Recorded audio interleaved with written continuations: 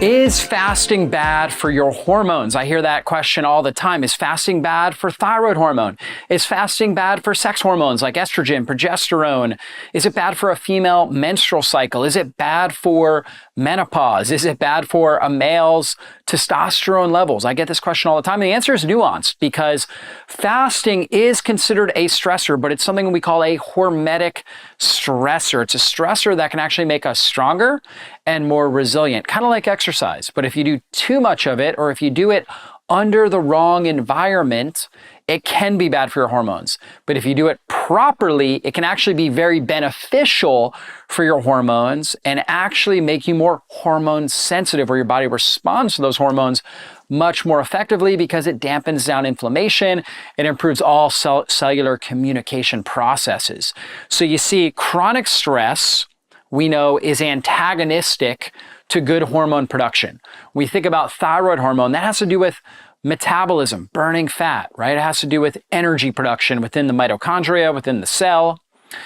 And so when we are under chronic stress, too much stress, a high, what we call allostatic load, where we're just overwhelmed by stress, we're not able to properly adapt and recover from it, then our metabolism goes down, our thyroid hormone activation goes down. When we are under too much stress, our fertility goes down. So what does that mean? That means for women, they're not going to have the right amount of estrogen and progesterone release at the proper times. And for men, it's going to mean lower testosterone levels. So stress is antagonistic. It's going to bring down your metabolism and your fertility if you have too much stress.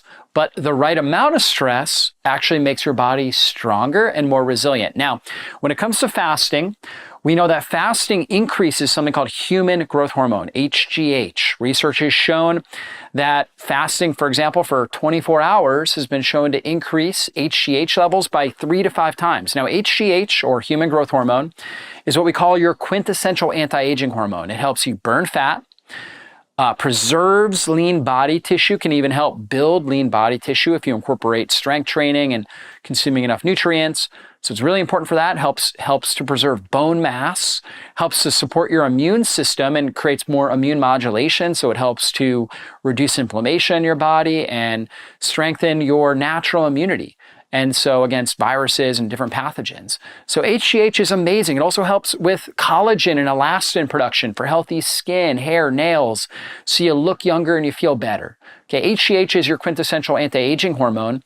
Fasting as well as exercise are the two best ways, and good sleep, the 3 best ways, I should say, of naturally boosting your HGH levels. And you get a really nice bump with fasting and intermittent fasting. Like if you're fasting for 16 hours, 18 hours, or even doing like a 1-day fast, you get a really nice little bump of HGH. Again, research has shown 24 hours, 3 to 5 time increase in HGH.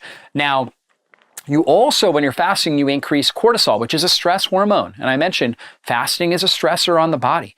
So you get an increase in stress hormone. Now, as long as human growth hormone is elevated, that's fine. Cortisol actually gives us wakefulness. It helps us with better memory, better recall.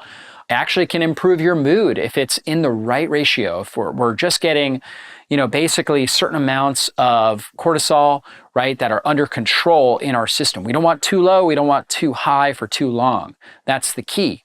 Now, as long as growth hormone's elevated, our tolerance point for cortisol can be elevated. That's fine. The key is when we overwhelm our system, now all of a sudden, stress hormone will go up, growth hormone will go down too much. Kind of like, think about it like a seesaw. We want that seesaw to be very balanced. But if cortisol goes up too much because we're under a lot of stress, maybe we have a bad diet, right? There's a number of things I'm going to go through that would increase that. Now growth hormone plummets. Really, we want growth hormone elevated, cortisol down, or balanced in that ratio on the seesaw. So we want to keep growth hormone up, right? Like when we're sleeping, cortisol down. Then when we get up and we're moving throughout the day, we want cortisol, it gives us wakefulness, but it should be balanced on that seesaw, right? With, so the cortisol's elevating, but it's balanced with growth hormone. That's the key here. So what are things that reduce our human growth hormone to cortisol ratio? That's what I call it. The growth hormone to cortisol ratio. You're not going to get blood work necessarily to be able to test that out and quantify that. It's really going to be about how you feel. So when you're fasting, you should actually feel amazing, right? You should have great mental clarity. You should feel really, really good. You shouldn't feel like you're wasting muscle, right? You should actually feel strong when you break your fast, when you exercise, right? You should have plenty of energy throughout the day. You should have good digestion when you eat your meals. All of those types of things are signs that you have the right amount of growth hormone to cortisol, right? Your growth hormone to cortisol ratio is in good condition.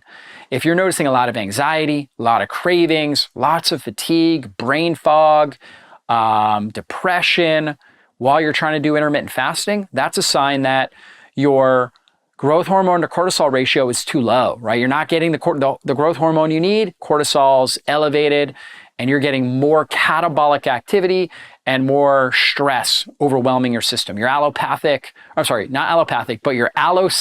load has increased. Your body is overwhelmed by the stress it's under. So what would lower that growth hormone to cortisol ratio? Well, it's gonna be a lot of bad lifestyle activities, right? Bad diet, bad hydration. If you are not drinking enough water and not getting enough salt and minerals, then your body releases cortisol, releases aldosterone, which is called a mineralocorticoid, released from the cortex of the adrenal glands, right where cortisol is released as well.